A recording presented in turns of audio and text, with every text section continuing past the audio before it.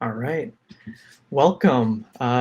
Today we will be presenting first of a series of webinars where we'll be highlighting products that we at Cognistx have developed.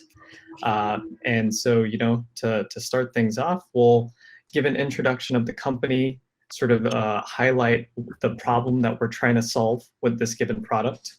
And we will also highlight a demo of our tool as well. So to get things started, just to introduce the company, we are Cognistx. We're founded in 2015. Our roots are at Carnegie Mellon University School of Computer Science. We are a multidisciplinary AI company that has experience in applying AI in several different domains, from supply chain to cybersecurity to the legal industry, and even drug discovery, which will be the main topic of discussion today. So, in that regard, we are world experts in cutting AI technologies, and we are a profitable and growing company. So basically, Cognistx, you can view us as sort of like a custom AI tailored shop. And, through specific, bespoke AI engagements, we have developed reusable components which we can apply across all industries. And, based off our expertise in applying AI, we have developed many different products in different industries, including, a data quality engine that is specific to anomaly detection with supply chain data. So, we will have further webinars that dives into data quality, along with Square, which is a natural language processing based tool which can help with information extraction and answering questions within certain data sets. And today, we'll be talking about MoleculeAI, which analyzes millions of drug compound combinations and can predict various properties such as toxicity, side effects, and binding properties. So basically, to give some context on the problem that we're trying to solve, we are basically working with, given the context of the drug research and development pipeline, starting with target identification and validation, all the way to compound screening and hit identification, we are really targeting the lead identification and optimization step within the drug research and development pipeline. So we are aware that there are many potential lead compounds. Assay testing and molecule synthesis is very slow and expensive, and lead optimization requires a lot of data. Thus, the high cost of failure is very risky. So this is where MoleculeAI fits in. MoleculeAI is really targeted to small molecules, and the purpose of MoleculeAI is basically to, speed up the lead identification and optimization process with advanced analytics and AI components. So as we go through, this webinar, you'll get a sense of the reusable components that we've applied to this tool, along with the future considerations of this product itself. So as we continue forward, this is the problem at hand that we are intending to solve with MoleculeAI. So to actually introduce MoleculeAI, it is one centralized platform composed of several AI components, which includes high-performance predictive modeling, which is specific to a tool called AutoMole, which is an automatic cloud-based training pipeline that we've developed internally with the purpose of molecule property predictions. That is certainly a reasonable component in terms of predictive analytics that we've applied in different industries, but now we're making very specific to molecule property predictions. Beyond that, we also have compound clustering and ranking, which is a valuable component in terms of reducing the overall drug candidate space and ranking drug candidates as well. So we've certainly applied clustering and ranking in other AI projects, and now we're actually streamlining this specific component into drug discovery, and we've applied it to MoleculeAI. And beyond that, we even have drug discovery efficiency, basically providing explainable AI insights on how certain structures may impact given predictive properties. And we've even started to dive into automatic compound generation, with more advanced machine learning modalities such as transformers.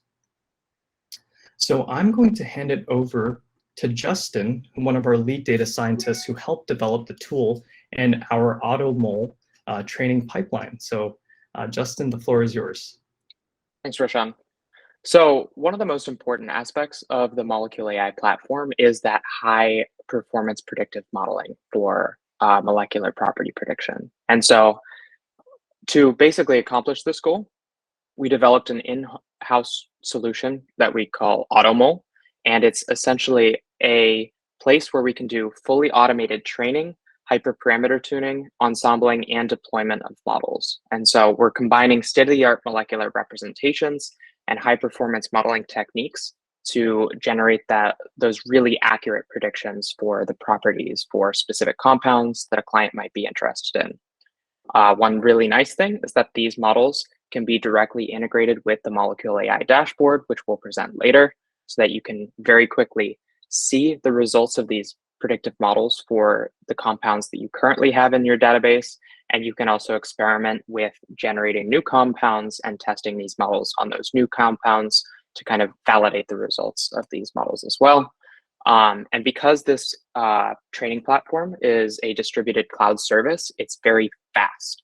And so we can go from this open source or proprietary molecule property databases to molecular representations, to modeling architectures, to the best performing model ensemble very, very quickly. And so this is what provides MoleculeAI with a really high level of flexibility, because we can very quickly train new models for new properties of certain compounds. It also provides us with a lot of customizability in that same regard. And lastly, because this pipeline is so fast at going from data set to these high performance models, and because it's so automated, we can actually focus more of our time on directly engaging with the client, working with them to take their feedback and create even better models and maybe refine the data sets that we're using. Thanks, Justin. So yeah, now that we've given sort of a high level view of some of the components and what distinguishes MoleculeAI from other products, we do intend to show a demo of the actual tool. And for the demo use case, we'll be working with non-steroidal anti-inflammatory drugs as an example. And of course, MoleculeAI can certainly be applied to virtually any drug class, but we want to give an example with NSAIDs to start with. So starting with 5 base compounds of known non-steroidal anti-inflammatory drugs, we have aspirin, ibuprofen, naproxen, diclofenac, and celecoxib. So within this exercise, what we'll do is basically generate new compounds by combining these base compounds, with substructures of interest such as rings or sugars at very specific atomic positions.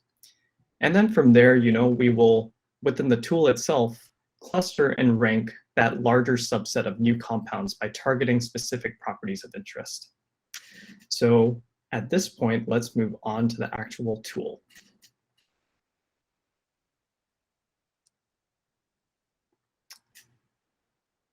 Okay, so in the tool itself, you will see that our landing page starts with a table which highlights all of the compounds that the client may have, all of their relevant drug candidates. And as you can see over here, we have our base compounds, aspirin, ibuprofen, all over here. So in terms of what this table represents, the functionality of this table, it's basically showing an organized sort of view of all of the drug candidates. We can quickly glance at the structure of a compound of interest, with this eye icon over here.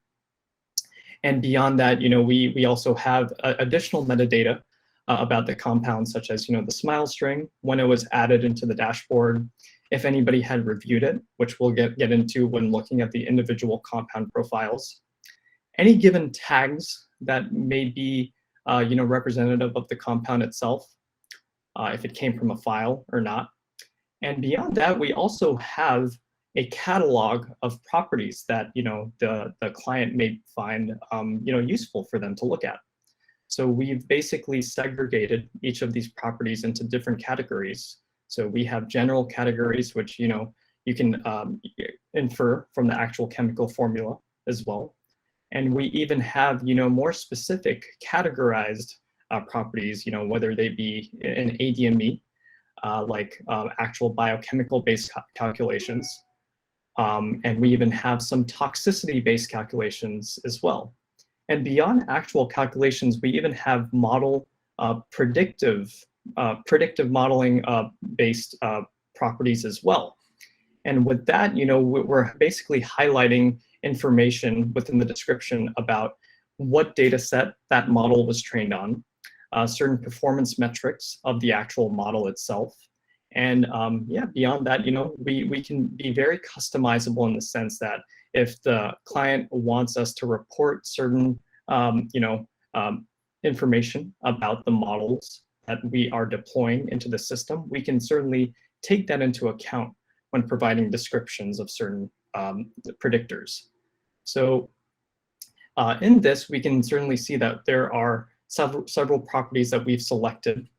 And this can be filtered and sorted if the client is interested in certain properties and wants to see how, from a tabular perspective, how certain compounds rank amongst each other.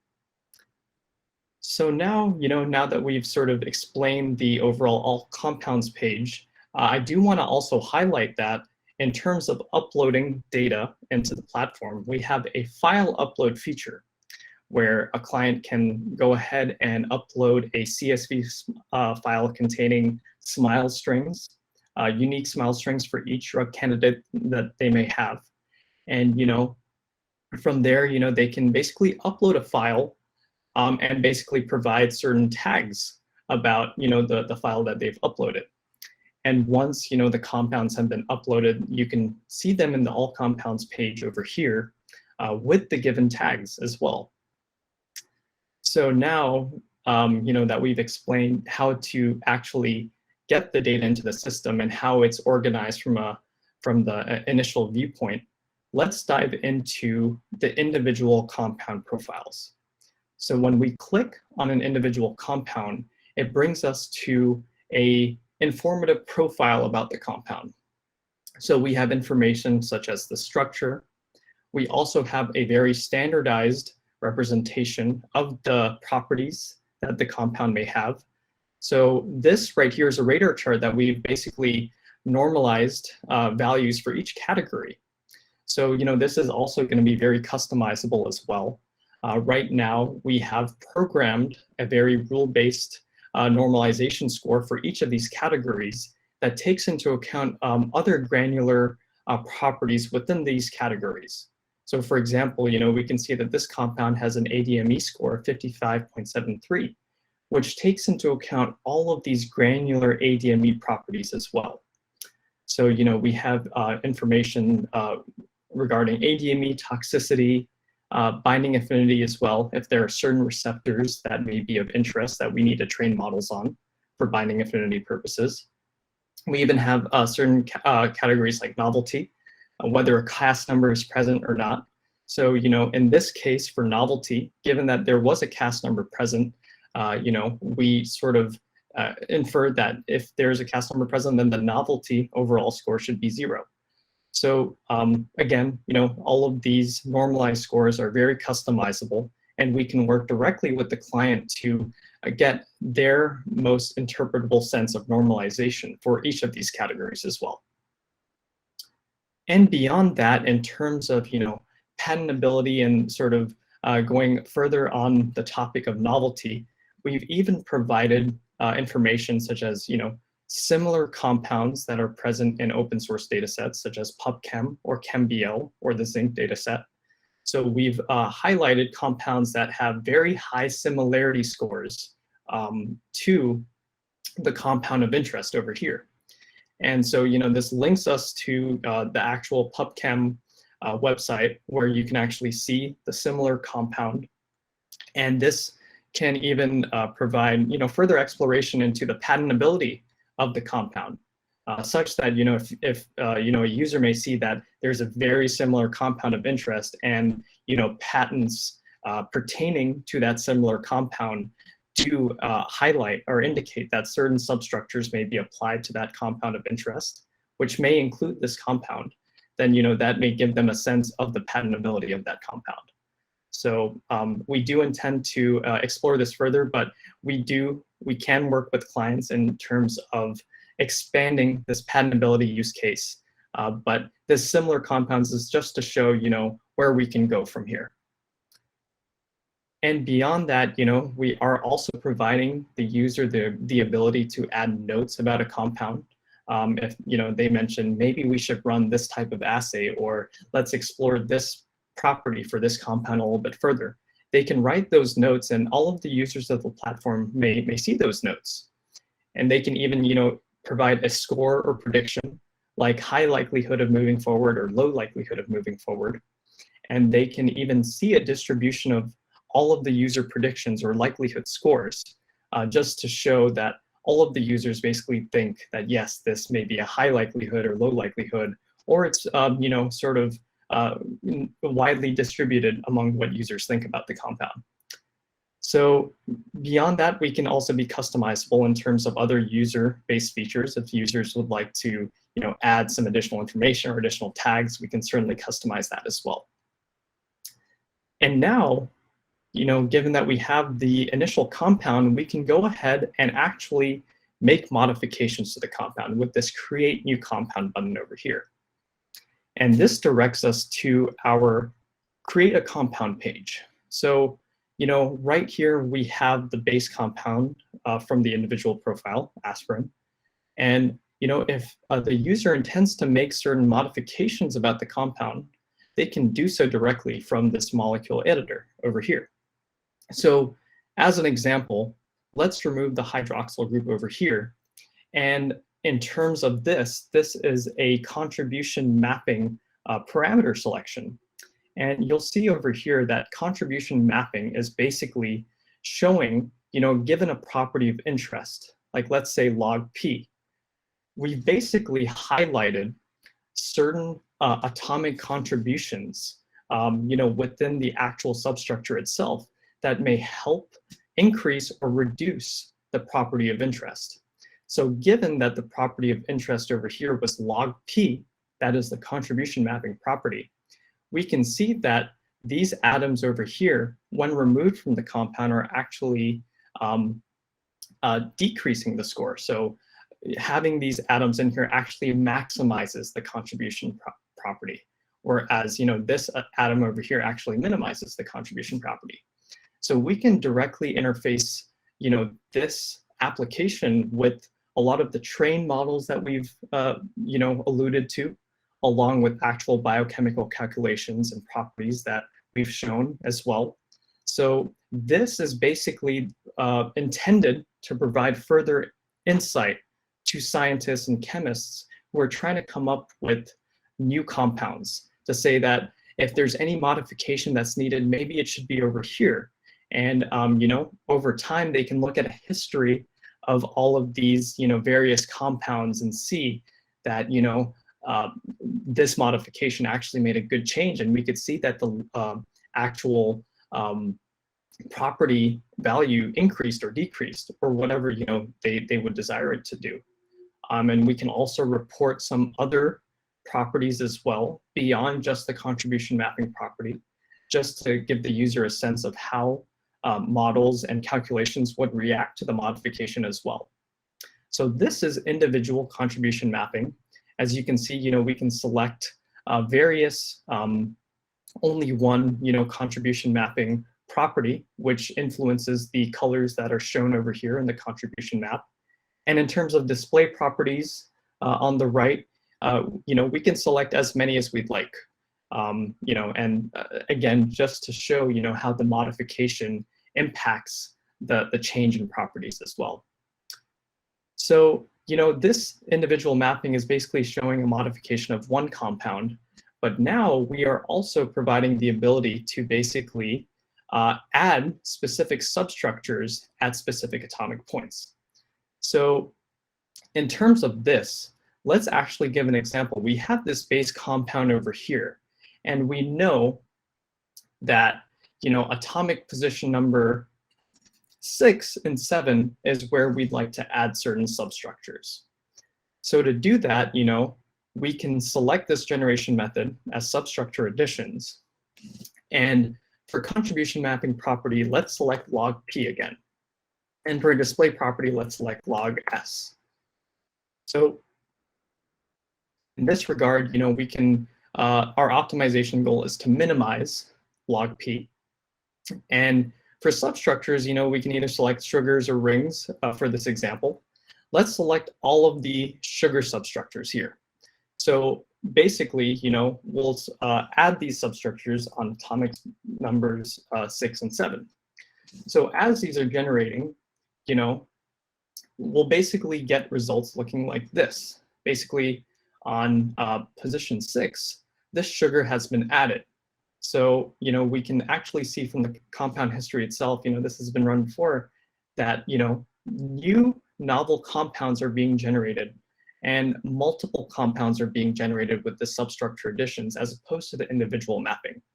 So when we're actually looking at the result over here, we can actually see that 8 compounds have been generated with this parameter selection, and they're all novel, and for the most part, all the properties are very similar. So in this sense, the user can go ahead and add compounds to the database if they feel like, it is a valuable compound to be added. They can delete it from, sort of the contribution mapping history. And, beyond that, if there are a large amount of compounds that are being generated through this parameter selection, then we can automatically generate a CSV file containing these new compounds rather than showing all of them over here. So for example, if based on the parameter selection, if we're generating up to 20 to 40 compounds, then we can, from the platform itself, allow the user to download a CSV of these newly generated compounds with the properties as well. Or, we can even send that to a secure S3 bucket that the client may have as well. So yeah, beyond that, that is basically how we are expanding the space of compounds through substructure addition. We're basically streamlining the process of adding substructures at very specific atomic positions for base compounds and allowing the user to actually work with them within the tool. So now at this point, we've defined our base compounds, we've defined new compounds when adding certain substructures to atomic positions. Now let's cluster and rank these new compounds and base compounds. So now we move on to the generate cluster tool. And over here, we have a lot of different parameters now. So we have inputs. Let's look at a subset of the overall compounds. We can either look at subset or all compounds. So we even have filters such as date, when it was added into the system. We can be very customizable and add further filters to the actual compounds to be clustered as well. And for this example, let's select actual NSAIDs and NSAIDs combined with rings and sugars that are already present in the platform that were generated from that substructure addition exercise.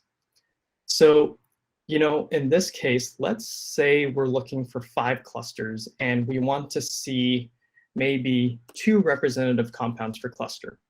And what representative compounds per cluster means, I'll explain this as this is generating.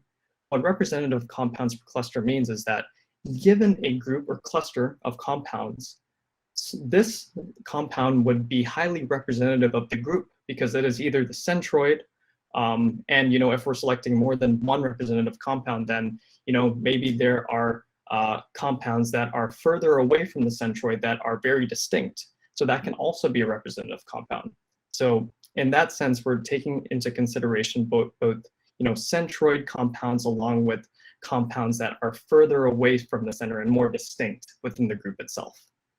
I'll just quickly add on to that. So in terms of the molecular clustering, The goal of providing these representative compounds is that if you have, say, 1,000 compounds that you need to test, but you're only actually able to do 100 assay tests because maybe it's too expensive to do the full 1,000, or it would just take too long. The goal of these representative compounds is that by only testing those 2 or 10 representative compounds for one much larger cluster, you can get a really good sense for what that cluster's properties are going to be. And so in this way, we're essentially able to filter down the search space so that you can only test a couple compounds and get a really good idea about what the properties are for those other compounds that are in the same clusters. Yeah, and to add to that, we also have our metric influence over here, which actually provides internal weights for which properties should significantly impact the actual clustering results. So we can see over here that all categories in this case are weighted the same. So each of them have the same amount of influence for the resulting clusters. So as we've generated this over here, we can see each cluster sort of highlighted over here. And of course, we can be very customizable with the accesses as well. If the user wants to select a particular property for access X or access Y, we can be customizable in that sense. But looking at the actual results of the clusters, we can see, for each cluster, the average toxicity score, the average binding score, the average ADME score, and so on.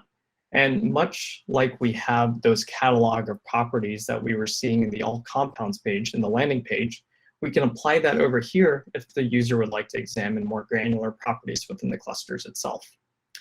So when we look at a given cluster, we can see whether or not a given compound is representative or not. We can see sort of the ranges of each of the scores outlined. And beyond that, we can even navigate to individual compound pages itself. So if we see that there is a representative compound for a cluster of interest based on the scores that are reported, and if they seem to be very desirable to the client, they can take a look at the representative compound itself in a new tab, and they can basically expand upon that compound by doing further research on it, or even making further modifications. So in that sense, we really want to emphasize that given the AI components that they have, there is really a lot of creative exploration on how the user can basically work together with the AI components. They can either start with clustering themselves and make modifications, or they can have a base compound list, make modifications and generate new compounds, and then have that run into clustering. So it's very, it allows for, various creative expression to use these AI components. So, beyond the actual, clustering results, we also have some additional features. The number of clusters can be assigned, or we can go through an unsupervised clustering approach as well. So if, the user decides to select 0 or 1, then it'll go through an unsupervised clustering approach, where the algorithm itself infers how many clusters should be generated. So as this is generating over here, you may see that instead of 5 clusters, there may be more. But if 5 was optimal, then we guessed right, and that is the intended amount of clusters. So in this case, the unsupervised clustering method produced 3 clusters over here, which we can all see granularly over here as well within the table. And now beyond that, in terms of actually distinguishing certain properties from others, if we just wanted to look at novelty as opposed to some of these other properties, and like we explained before, right now novelty is the logic behind the novelty score is indicating whether there's a CAS number present, whether the compound is available on PubChem or not. And if so, then the novelty score for a given compound is 0. And if there's no presence of a CAS number or presence on any open source data set, then it would have a novelty score of 100 for now.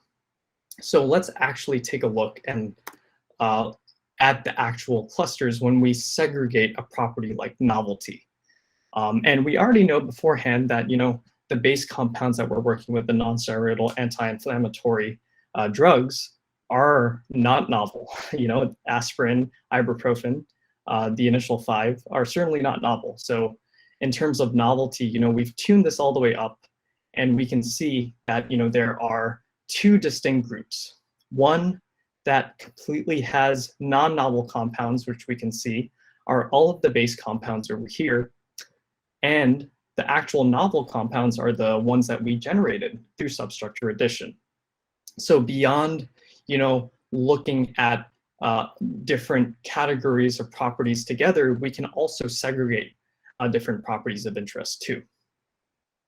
And beyond that, if we want to get even more granular rather than looking at the category as a whole for influence, we can even click on the category name itself and tune more granular properties within the category. So for example, if we want to have more of an influence of the oral bioavailability score compared to some of these others, we can tune the oral bioavailability score up significantly and maybe reduce some of these other ones. So this is basically showing how some of these predictive models and actual biochemical calculations are coming into play when generating clusters and ranking scores for these compounds. So yeah, beyond that, we do see a lot of potential to expand this tool further. And finally, I do want to emphasize that this tool does have a lot of potential for growth. We do intend to work diligently with clients on understanding their needs in terms of what they like to see in the dashboard. But yeah, this is basically us showing Cognistx capability and utilizing reusable components that have been seen across a variety of industries and applying it to one direct industry specifically. And this resulted in our MoleculeAI tool over here. So yeah, this is basically our webinar over here, and we want to thank you all for joining. Just wanted to open the floor up for Justin or Jag if you guys wanted to add anything to close.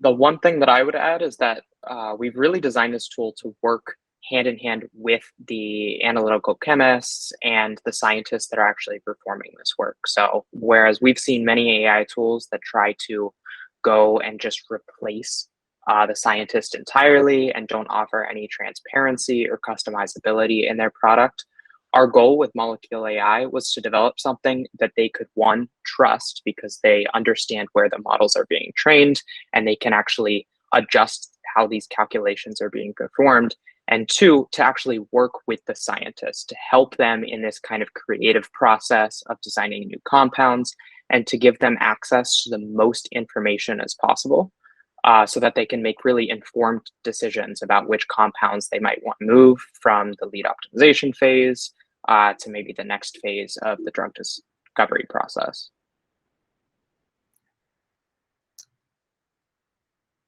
So I want to thank you all for joining.